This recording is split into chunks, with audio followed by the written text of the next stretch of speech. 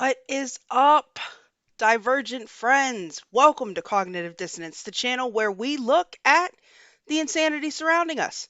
And we have some insanity to talk about today. So, if you have been following me for a while, you may have seen the video I did previously on China. It was called The Eagle and the Dragon. Um, so, I made that video before the election, and I was kind of predicting that if Trump were elected or if Trump won the election, we would see Russia and the US kind of start to try and repair their relations. But that if Biden won, right, if Biden won, we would see Russia just start acting up, okay? Start acting up and start solidifying their relationship with Beijing. And damn, damn if that isn't exactly what we saw. So I caught an interview that Hannity did the other day with Trump at Mar-a-Lago, and oddly enough, he was kind of saying the same thing. Take a listen.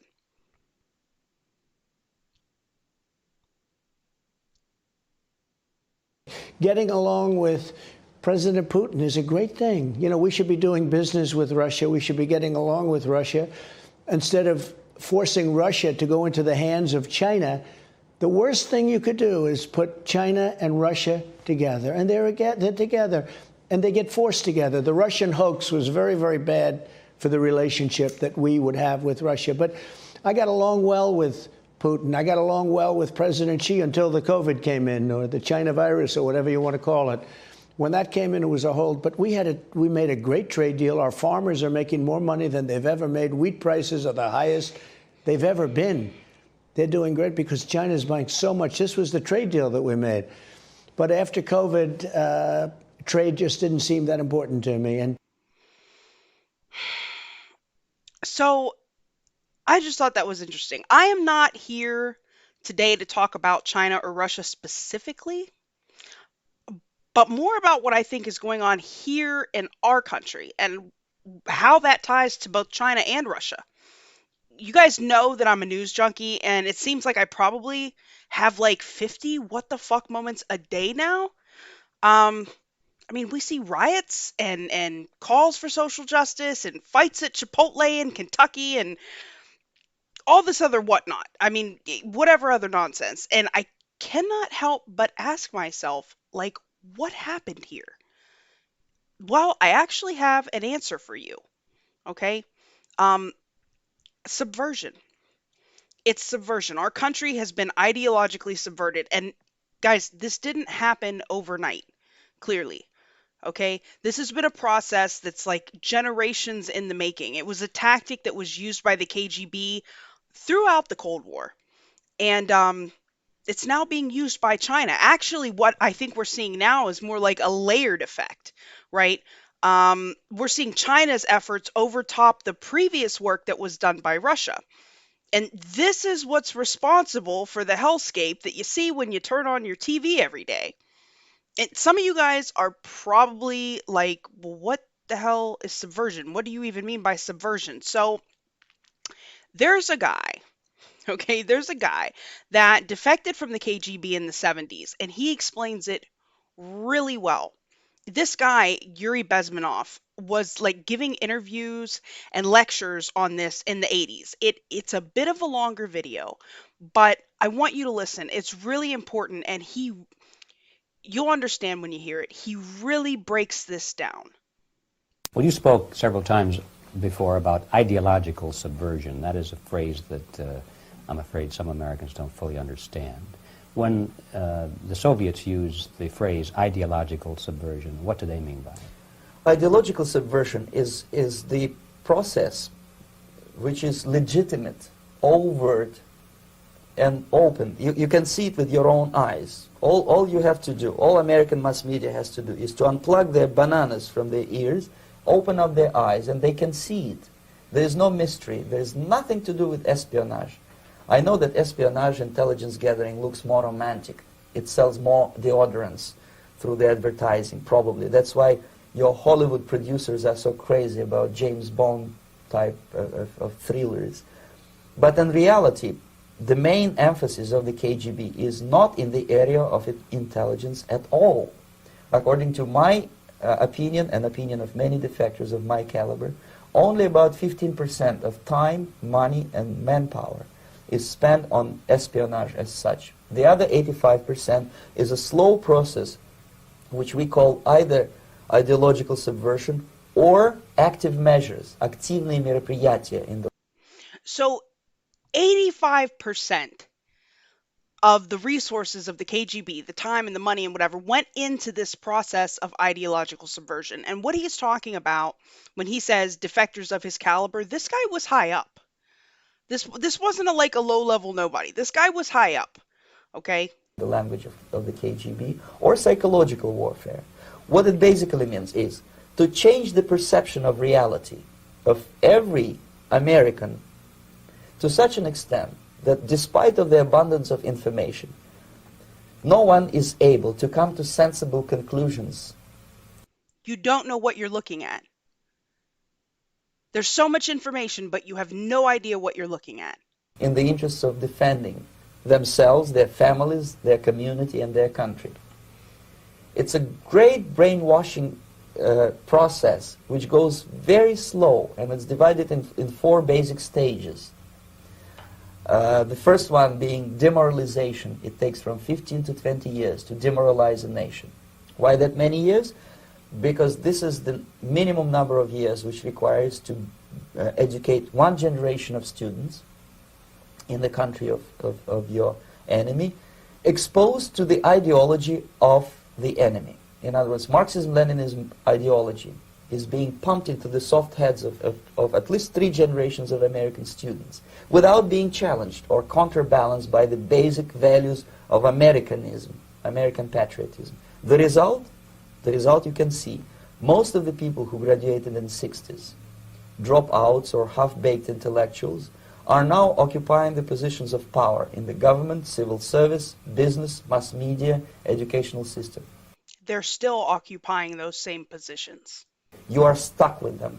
You cannot get rid of them. They are contaminated. They are programmed to think and react to certain stimuli in a certain pattern. You cannot change their mind, even if you expose them to authentic information, even if you prove that white is white and black is black, you still cannot change the basic perception and the logic of behavior. In other words, these people, the process of demoralization is complete and irreversible.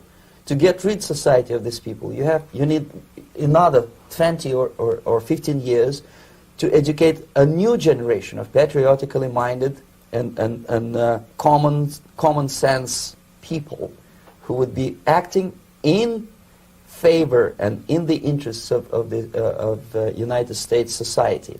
And yet these people who've been programmed and, as you say, in place and Yes. who are favorable to an opening with the Soviet concept, these are the very people who would be marked for extermination in this country? Most of them, yes.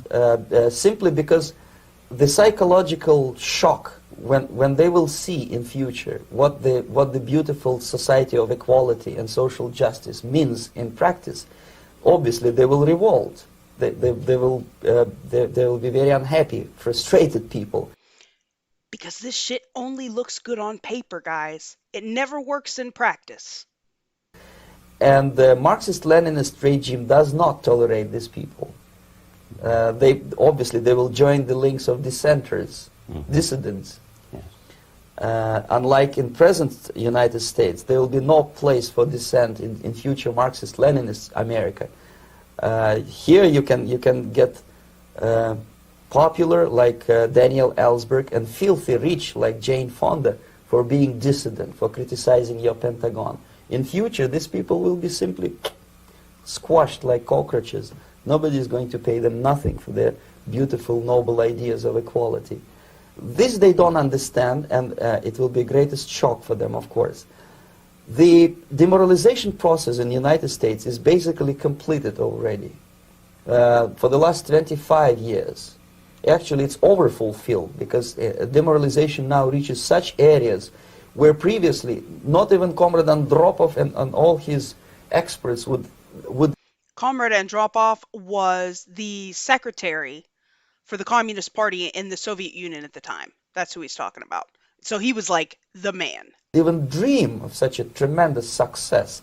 Most of it is done by Americans to Americans, thanks to lack of moral standards. As I mentioned before, exposure to true information does not matter anymore. A person who was demoralized is unable to assess true information. The Unable to assess true information. facts tell nothing to him.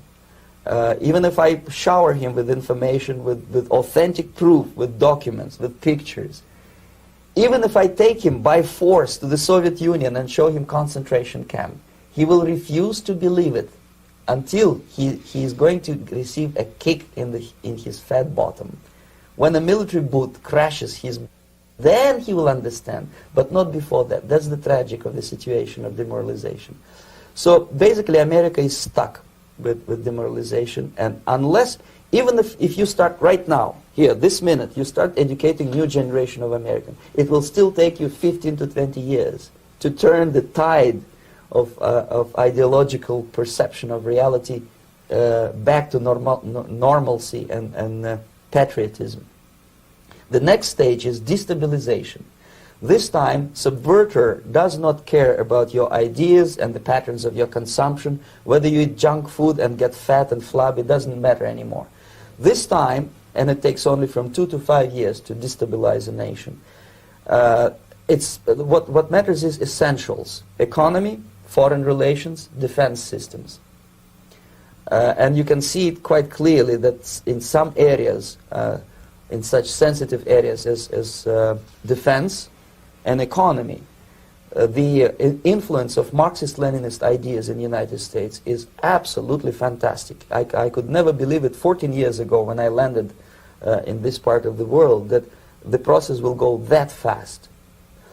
The next stage, of course, is crisis. It may take only up to 6 weeks to bring a country to the verge of crisis. So that's crazy. You can see that he was talking about social justice and just the twisting of notions about equality and equity in the 80s. Okay? He also mentioned that the same people pushing these ideas would be stamped out, right, by the same Marxist ideology that they're pushing. Okay? These people have this idea that they're gonna get recognition and get these ideas in place, and that somehow they're gonna be lauded for this. What they fail to realize is these are the exact people that are not tolerated in a Marxist society. Okay? Now we did see some snapback a few times in response to this subversion, okay? And that gives me a lot of hope, guys. Right? Reagan in the 80s, he managed to push, a whole new sense of patriotism that was in direct opposition to the subversion efforts by Russia, by the Soviet Union at the time. Okay? And more recently, we saw this again with Trump. Okay? The renewed sense of patriotism and national identity that he was able to foment was a snapback in response to this ideological and moral degradation that was being pushed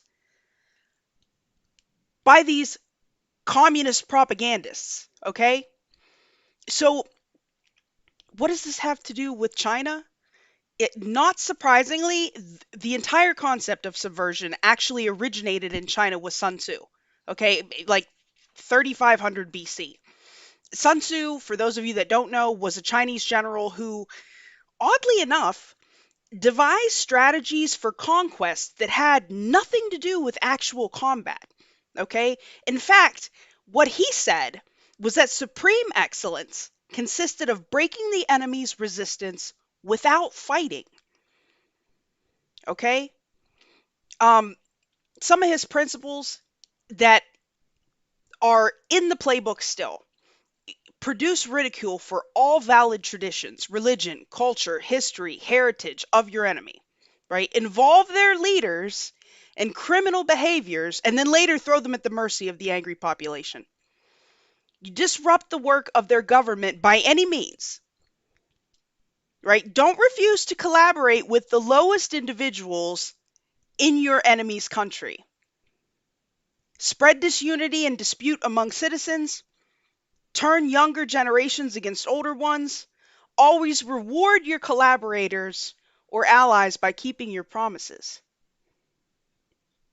Some of this stuff should be sounding kind of familiar to you at this point. You can see these are the same tactics that Bezmenov was just talking about. The identity politics, the social justice movements in this country, these are offsprings of these efforts. And it couldn't be more plain to me than BLM literally advocating for Marxism. Remember when they had to pull their webpage down that was advocating for the destruction of the nuclear family, and where they literally described themselves as trained Marxists? Okay? They pulled this webpage down. This is from the New York Post, and they say the group whose co-founder Patrice Cullors had described herself and her fellow co-founder as trained Marxist. Okay, trained Marxist. Who trained you? Removed a page titled "What We Believe" that included its public policy positions as well as describing itself as part of the global black family, reported by the Washington Examiner. It said, "We disrupt the Western prescribed nuclear family structure requirement by supporting each other and our extended families as villages." They also advocated for, you know, down with the patriarchy. Uh, it just, I mean, that speaks for itself. Okay, but as far as China goes, right? As far as China goes, and mind you, like, I am not talking about the Chinese people, right? I am talking about the Chinese Communist Party, right? But they have been pissed for a while now. Okay, there's a term in China, the century of humiliation, or the 100 years of national humiliation, which has literally been the basis for a lot of their de facto goals. I mean, China has long viewed the period of Western imperialism as like a matter of national shame. Okay, the Opium Wars, the Sino-French War, the British holding Hong Kong, like these are all considered to be humiliations of China as a nation.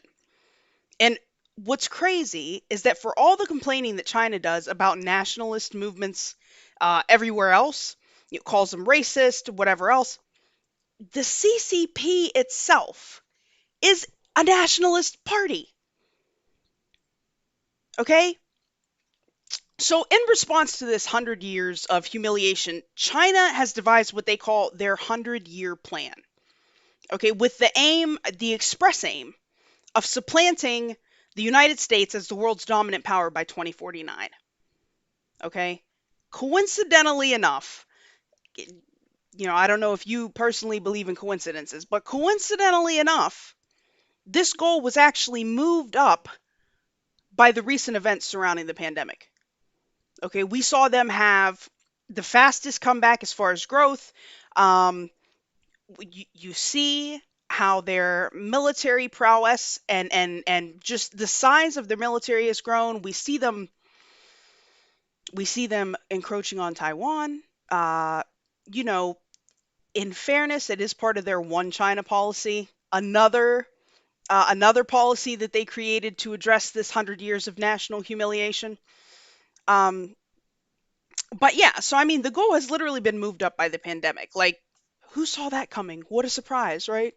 Uh, but when China was admitted to the World Trade Organization in the early 2000s, literally nobody thought that they would rise to power as quickly as they did. And it's crazy because even though China literally says that they don't want to supplant the United States, um, as far as world power is concerned, not 4 days ago, right? President Xi said, I mean, this dude had the nerve to claim that China will never seek to be a hegemon, no matter how strong it gets. Okay?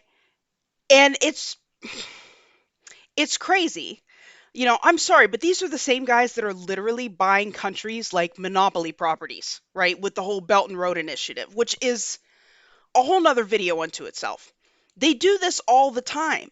Like they say one thing and then they're just doing something else. Like nobody notices it. Like nobody notices it.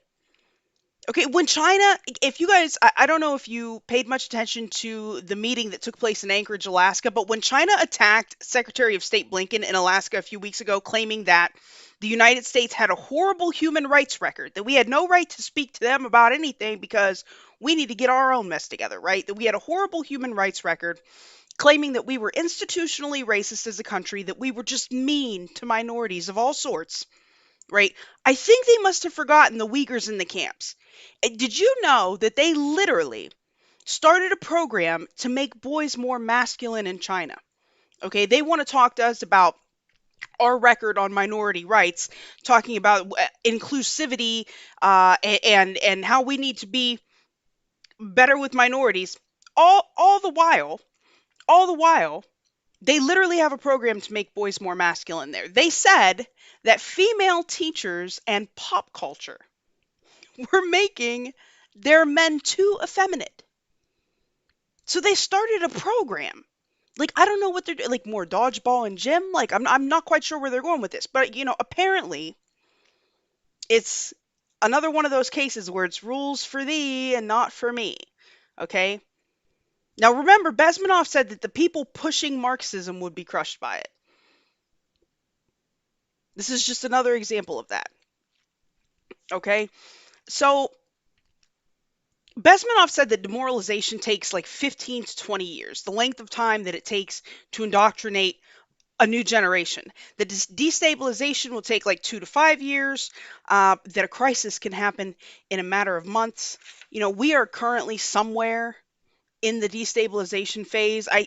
But we are, as far as I can tell, we are real close to total crisis. And you can see that the options, once we hit this crisis phase, the options are basically civil war, right? Civil war or foreign invasion. Okay, although I don't think there needs to be like an actual literal invasion at this point. I think the US being launched on would probably be enough. And then we move into the normalization phase, right? Or the making of a new normal. I wonder where we've heard that before. Like I literally get pissed every time I even hear that phrase. So, I mean, this is not a new thing. In the demoralization process, they attack our ideas on religion, they attack our ideas on education, media. I mean, you could see that culture. Um, they attack the entire structure of our society. From law and order and social relations to international politics and foreign relations.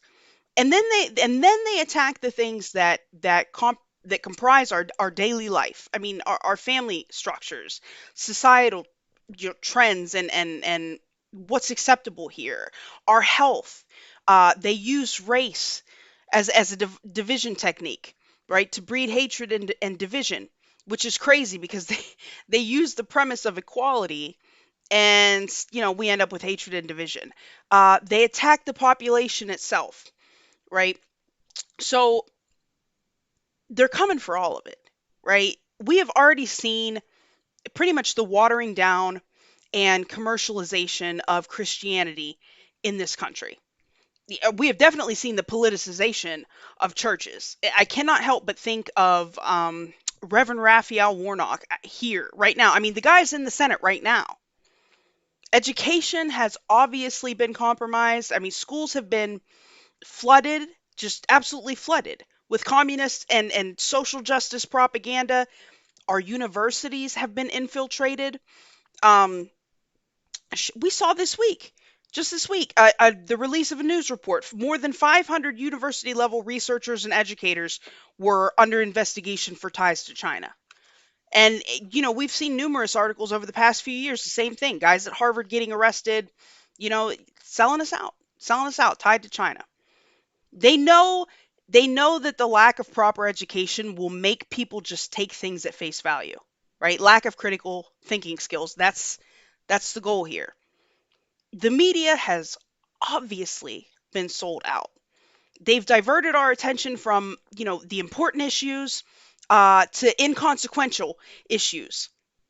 Like, look over here, not over there. I mean, people are worried about like Dr. Seuss and Uncle Ben and stuff, right? They repeat the same lies over and over until people literally believe it's the truth. They definitely just use an emotional appeal instead of going with the facts and then letting people decide for themselves. I mean, it doesn't take a lot of research to know that law and order is under attack.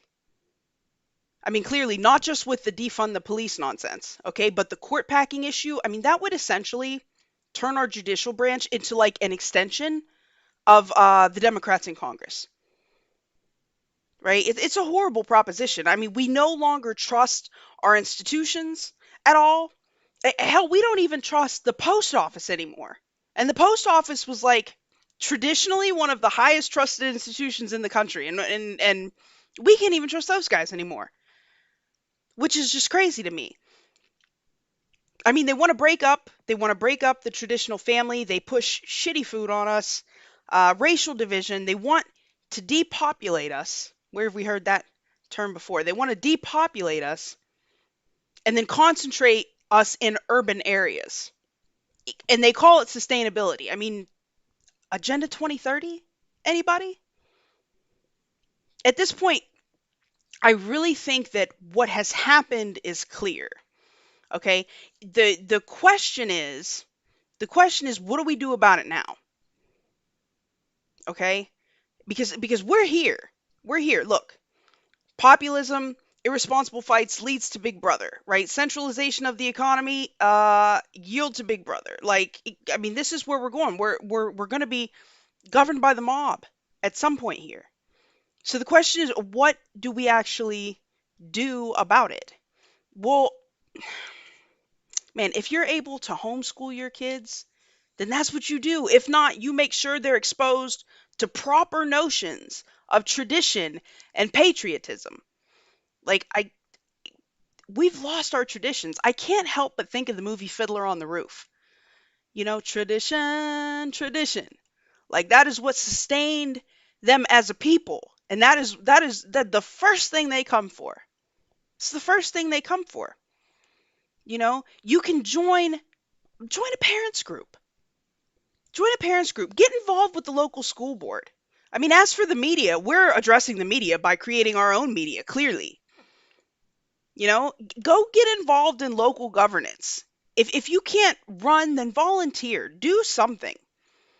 I say this all the time, but this shit has to be addressed locally. Like, real change is never top down. Real change, organic change, always comes from the bottom up. Okay? We have to take back our personal agency. We need to preach personal responsibility and accountability. We need to preach accountability. It can be done. Guys, we have an election coming up. And although a lot of people may think it's pointless, right now, after what we just saw, a lot of people may think it's pointless and that the system can't be trusted. But remember, breeding distrust of the system was one of their explicit goals. So get involved anyway. Vote anyway. Because we can't afford to bow to mob rule.